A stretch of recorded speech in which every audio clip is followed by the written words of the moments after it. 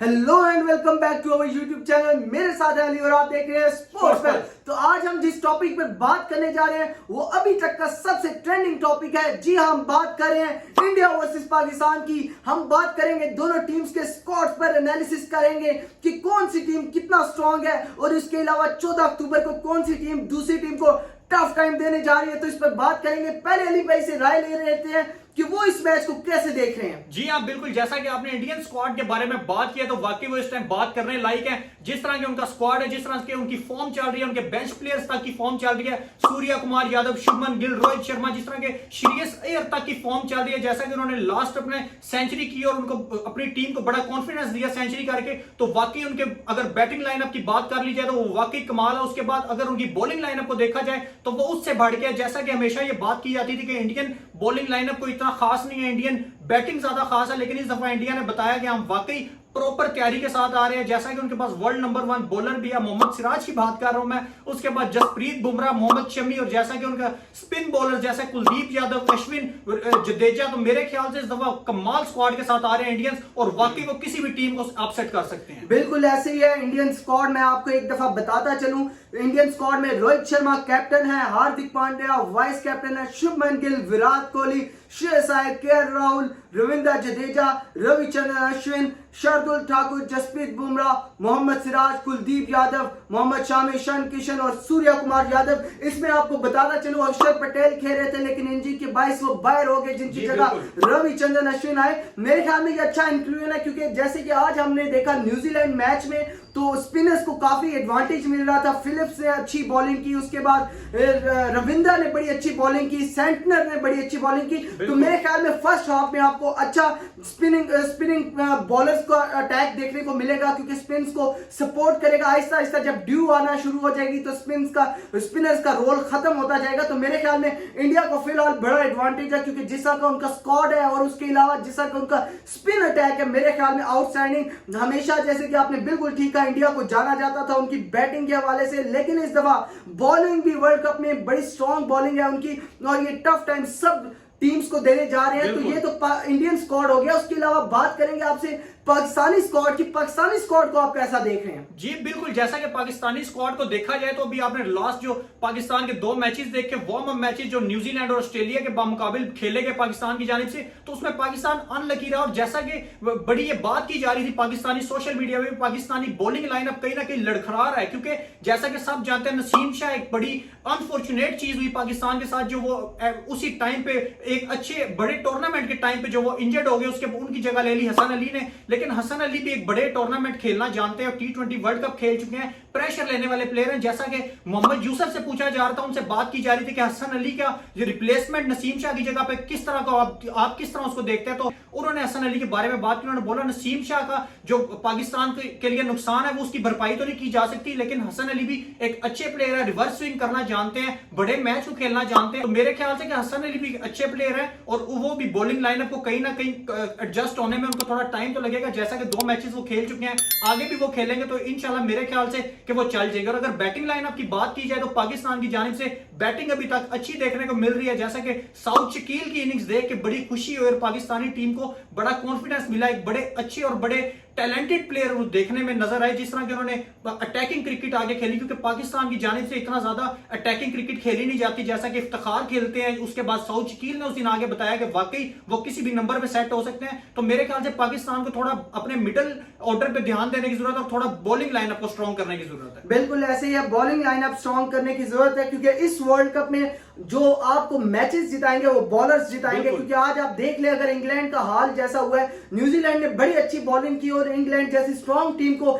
एक कम टोटल पे रोका, और जिस तरह फिर इंग्लैंड बॉलिंग में कैचअप नहीं कर सका और जितनी उनको मार पड़ी, उनके मेन बॉलर मार्क वुड को 5 ओवर में 55 रन पड़ गए। तो इसी तरह का आपको देखने को मिला लास्ट 2 मैचेस में, जो हारिस रऊफ को मार पड़ी। यहां पे कंडीशंस को देखते हुए लग ऐसा रहा है कि फास्ट बॉलर्स को मार पड़ी है, जिनके पास एक्स्ट्रा पेस है। जैसा कि हारिस रऊफ की बात कर लें, मार्क वुड की बात कर लें, तो इनके पास एक्स्ट्रा पेस है, 150 पे बॉल करते हैं, तो इनको ज्यादा मार पड़ी है। लेकिन अहम चीज ये होगी कि इंडियन बॉलिंग लाइनअप बड़ा स्ट्रांग है। अगर उसको हम एनालिसिस करें, नसीम शाह के जाने के बाद पाकिस्तान बॉलिंग लाइनअप वैसा नहीं, सिर्फ एक प्लेयर बाहर हुआ, जिसकी वजह से पूरा बॉलिंग लाइनअप लड़खड़ा गया है। शहीन वो रोल नहीं प्ले कर पा रहे, हारिस रऊफ को बहुत मार पड़ी है। तो मेरे ख्याल में अगर दोनों टीम्स का एनालिसिस किया जाए, मेरे ख्याल में बॉलिंग लाइनअप भी इंडियन स्क्वाड का ज्यादा बड़ा है, बड़ा बेहतरीन है बॉलिंग लाइनअप। उसके बाद बैटिंग को भी देख ली जाए तो बैटिंग भी उनकी आगे है, क्योंकि उनके पास एक्सपीरियंस ज्यादा है। आपके पास वर्ल्ड क्लास दो मेन प्लेयर्स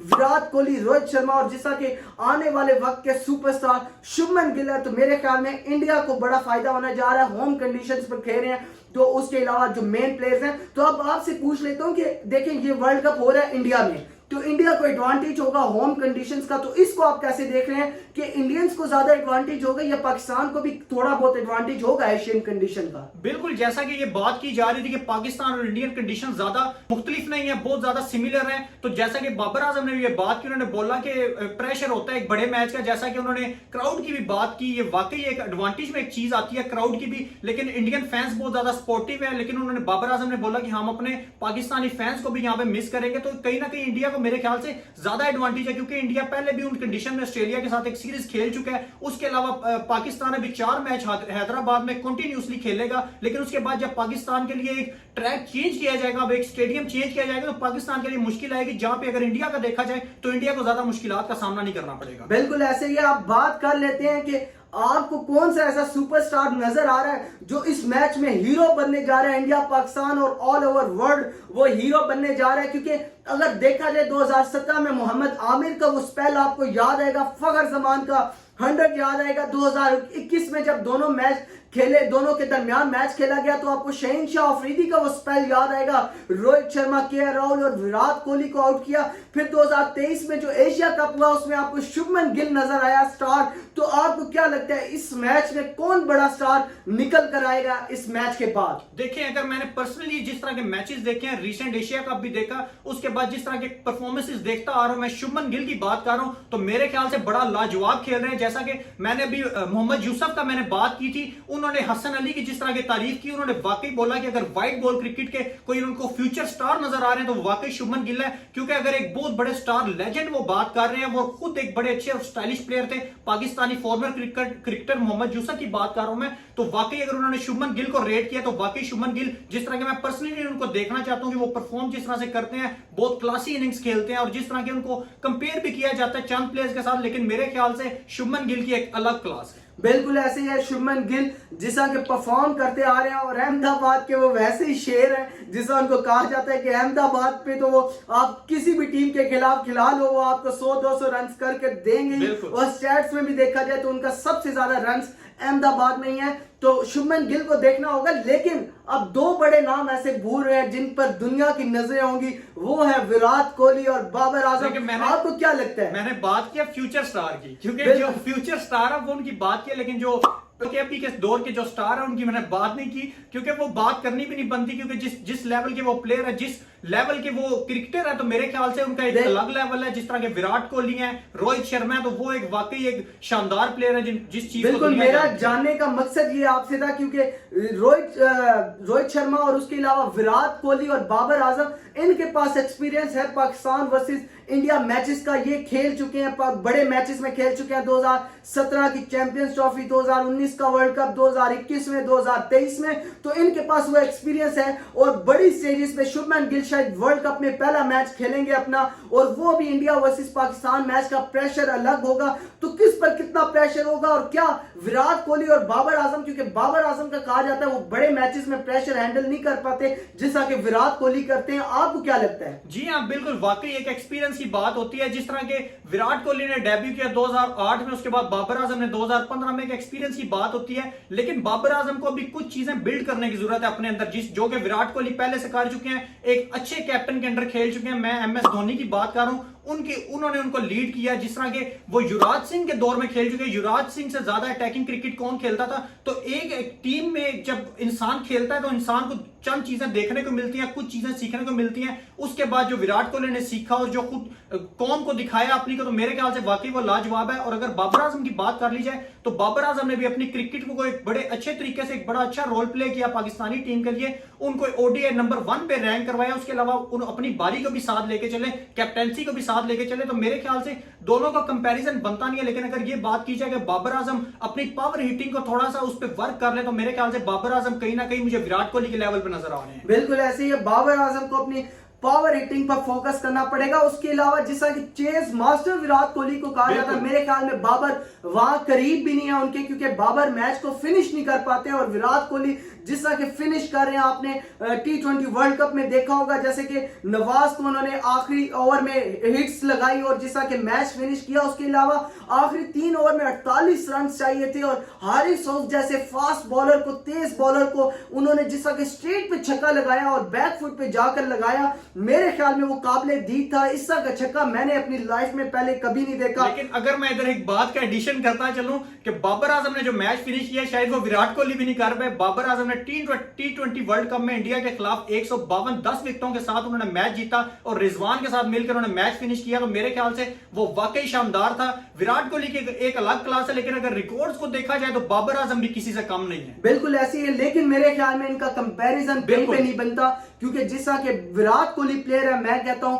वो उन्होंने अपने आप को मनवा लिया। बाबर आजम उस नक्शे कदम पर जरूर चल रहे हैं फिलहाल, लेकिन वहां तक नहीं पहुंचे। उन्हें पहुंचने के लिए मैच को फिनिश करना पड़ेगा, अपनी टीम को जितवाना होगा। अभी तक अगर देखा जाए रिकॉर्ड, तो जिस मैच में बाबर आजम स्कोर करते हैं, पाकिस्तान के जीतने के चांसेस बढ़ जाते हैं।